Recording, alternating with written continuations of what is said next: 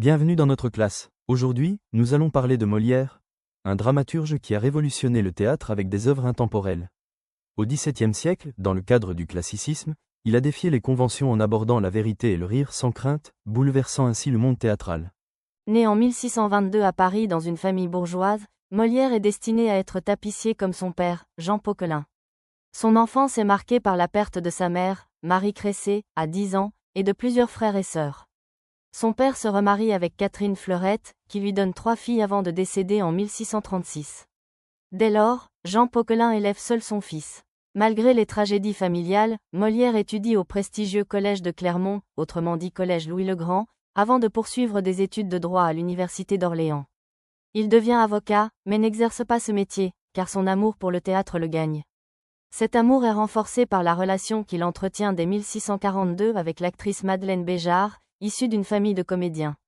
Contre l'avis de son père, il fonde l'illustre théâtre le 30 juin 1643 avec Madeleine.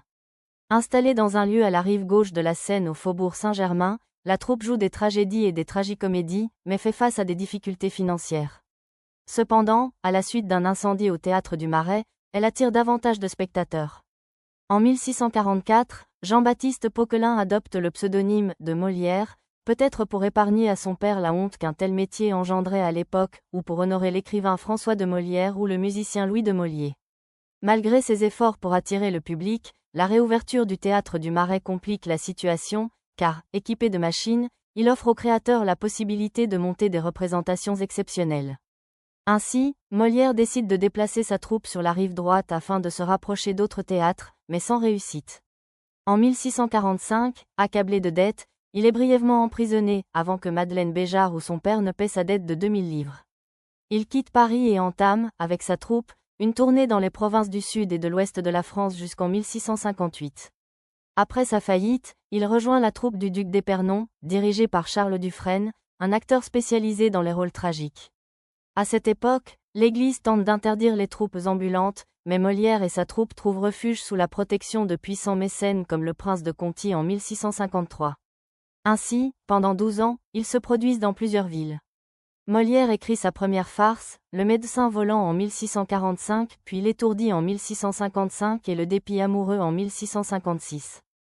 En 1658, la conversion du prince de Conti prive Molière de son soutien, poussant sa troupe à revenir à Paris.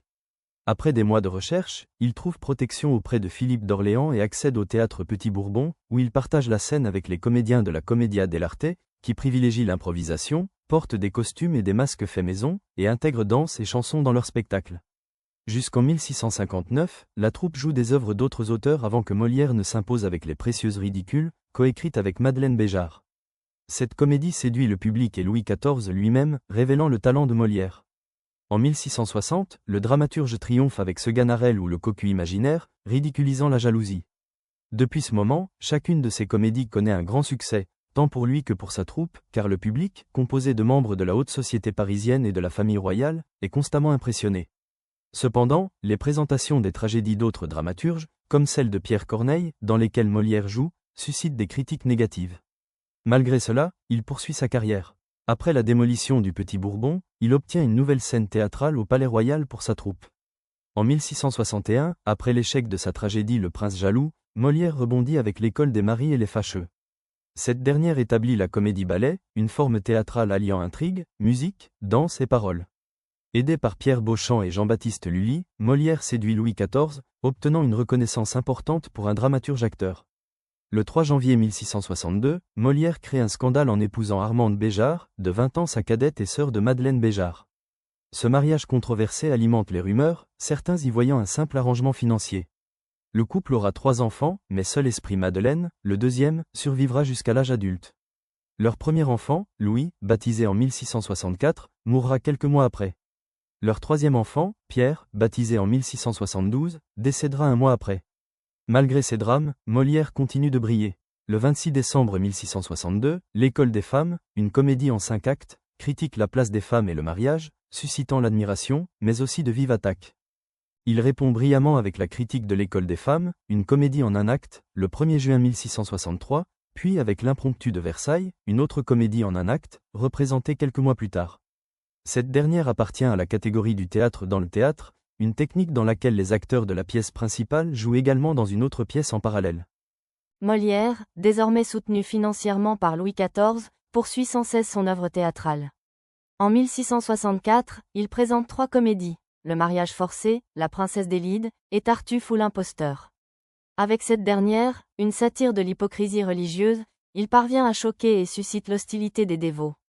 Tartuffe, un faux dévot se faisant passer pour un homme d'église, trompe sans scrupule une famille parisienne pour en tirer profit. Le roi Louis XIV est obligé d'interdire sa présentation, publique ou privée, à la suite d'un décret de l'archevêque de Paris. En 1665, il attire l'attention du public avec la représentation de la comédie Dom Juan ou Le festin de Pierre. Cette pièce, abordant l'hypocrisie, est d'abord présentée sous le titre Le festin de Pierre. Il s'agit d'une comédie mêlant des éléments comiques et tragiques, sérieux et drôles. Cependant, face aux nouvelles attaques des dévots qui l'accusent d'athéisme, il choisit de suspendre les représentations après Pâques. Ce n'est qu'en 1682 que la pièce sera publiée sous son titre définitif. Sous la protection de Louis XIV, Molière devient plus audacieux. Sa troupe, la troupe du roi, reçoit des privilèges royaux et une pension de 6 000 livres. Il continue de critiquer les institutions, comme dans L'Amour médecin, une comédie-ballet ridiculisant les médecins de la cour. En 1666, Molière présente Le Misanthrope, une satire de la cour et de la société son époque, critiquant l'hypocrisie et la flatterie à travers les personnages d'Alceste et Célimène. La pièce choque à la fois le public et la cour. La même année, il joue Le Médecin malgré lui, une comédie ridiculisant les pratiques médicales et l'hypocrisie religieuse à travers Sganarelle, un médecin imposteur. Molière introduit des éléments de farce pour adoucir sa critique. Il réécrit aussi Tartuffe renommé l'hypocrite, avec une dimension politique. Malgré l'interdiction persistante de l'archevêque, il parvient à faire jouer la pièce au Palais Royal. Après la seconde interdiction de Tartuffe, Molière se concentre sur l'écriture de nouvelles pièces théâtrales. En 1668, il présente 3 nouvelles comédies, Amphitryon, Georges Dandin ou Le mari confondu et l'avare. D'abord, influencé par Amphitryon de Plaute, Molière crée sa propre version, intégrant une satire des relations de Louis XIV. Il y incarne Sosie, le serviteur d'Amphitryon. De nos jours, le mot sosie désigne une personne ressemblant exactement à une autre, tandis que le mot Amphitryon désigne un hôte offrant un dîner. Ensuite, il présente Georges Dandin ou Le mari confondu, une comédie-ballet qui illustre l'échec d'un mariage et la méchanceté d'Angélique envers son mari. Bien que certains y voient une tragédie, la pièce soulève des réflexions sur la moralité humaine. Pendant la même année, Molière connaît un grand succès avec l'Avare, sa première comédie en prose. À travers Harpagon, obsédé par l'argent, il critique l'avarice, l'isolement familial, et l'absence d'amour paternel. Inspiré de la marmite de Plaute, cette œuvre fait écho à des phrases célèbres comme « Tous les hommes sont semblables par les paroles, et ce n'est que les actions qui les découvrent différents ». En 1669, Molière présente Tartuffe ou l'imposteur au Palais Royal après avoir obtenu l'autorisation de Louis XIV, ce qui marque la fin des interdictions imposées par l'Église. Cette pièce donne naissance au terme « tartuffisme », désignant l'hypocrisie. Cette année-là, Molière présente Monsieur de Pourceaugnac, une comédie-ballet où Éraste et Julie déjouent un mariage arrangé. Derrière cette intrigue amoureuse, il tourne en dérision les habitants du Limousin, qui l'avaient mal reçu. En 1670, Molière crée Les Amants magnifiques, une comédie-ballet mettant en scène 2 princes épris de la même princesse, laquelle a déjà donné son cœur à un soldat. C'est la première fois qu'il évoque l'astrologie. De plus, à la demande de Louis XIV, qui souhaite adresser un message à ses courtisans, il présente le bourgeois gentilhomme. L'inspiration de la pièce vient d'un incident avec l'ambassadeur turc Soliman Aga. Lors d'une rencontre, le roi, vêtu d'un somptueux brocart d'or, fut critiqué par l'ambassadeur qui déclara « Dans mon pays, le cheval du grand seigneur est plus richement orné que l'habit que je viens de voir. » Il s'agit d'une comédie de caractère satirique qui reçoit les éloges du roi. Son protagoniste, Monsieur Jourdain, est un bourgeois orgueilleux et naïf qui aspire à devenir noble. Pour y parvenir, il s'initie aux arts et aux manières de la noblesse, apprenant la danse, l'escrime, la musique et la philosophie. Cependant, sa naïveté le conduit à être dupé à plusieurs reprises. Aujourd'hui, on appelle Monsieur Jourdain un homme qui pratique une activité sans en avoir réellement conscience. Le roi demande à Molière d'écrire une autre œuvre combinant intrigue, danse et chansons afin qu'elle soit représentée sur un nouveau théâtre lors du carnaval de 1671. En disposant de peu de temps pour écrire une telle pièce, il fait appel à Thomas Corneille. Ainsi naît la tragédie ballet Psyché, qui ne porte toutefois que le nom de Molière. En réalité, Thomas Corneille n'a contribué qu'à quelques ajustements narratifs dans une œuvre principalement écrite par Molière. Cette forme théâtrale se distingue de la comédie-ballet par son dénouement tragique, marqué par la mort d'un ou plusieurs personnages. Composée à la fois en vers et en prose, la pièce remporte l'admiration du roi. Après quelques modifications, la troupe de Molière la joue à plusieurs reprises au Palais Royal. La même année, après la rénovation du Palais Royal, Molière écrit Les Fourberies de Scapin, inspirée de la comédie Le Phormion de Terence. Cette comédie en 3 actes, avec le personnage de Scapin issu de la Commedia dell'arte, est mal reçue à sa première représentation en raison de ses personnages caricaturaux, mais deviendra l'une des œuvres les plus populaires de Molière après sa mort. Cette année-là, le frère de Louis XIV, Philippe d'Orléans, envisage d'épouser la princesse Élisabeth Charlotte du Palatinat. À cette occasion, le roi commande une comédie, et Molière écrit alors la comédie-ballet La Comtesse d'Escarbagna. À la fin de l'année, Molière perd Madeleine Béjart, mais poursuit son travail théâtral. En mars 1672, il présente Les Femmes savantes, une comédie en 5 actes abordant le mariage, la communication familiale et l'éducation des filles. L'homme qui s'oppose au pouvoir établi, qui n'hésite pas à entrer en conflit avec l'Église, mais qui accepte toutes les demandes du roi, présente sa dernière pièce en 1673. Il s'agit de la comédie-ballet en 3 actes Le Malade imaginaire, dans laquelle la danse et la chanson se combinent de manière unique. Molière raconte l'histoire d'Argan, un veuf qui se remarie avec Béline, une femme cherchant à hériter de sa fortune après sa mort. Obsédé par sa santé, Argan se croit constamment malade et suit aveuglément les médecins. Finalement, il guérit et découvre qui, dans son entourage, l'aime réellement. À travers cette pièce, Molière se moque de la médecine et de la peur de la mort, tout en ridiculisant l'aveuglement d'Argan face à la vérité et les intentions de son entourage. Cette comédie semble marquer une ironie tragique pour Molière. Épuisé par les répétitions, il s'évanouit lors de la 4e représentation. Bien qu'il interrompe brièvement la pièce, il décide de la reprendre. Après la chute du rideau, il s'évanouit de nouveau sur scène et meurt chez lui, privé du droit d'offrir son rire généreux au monde.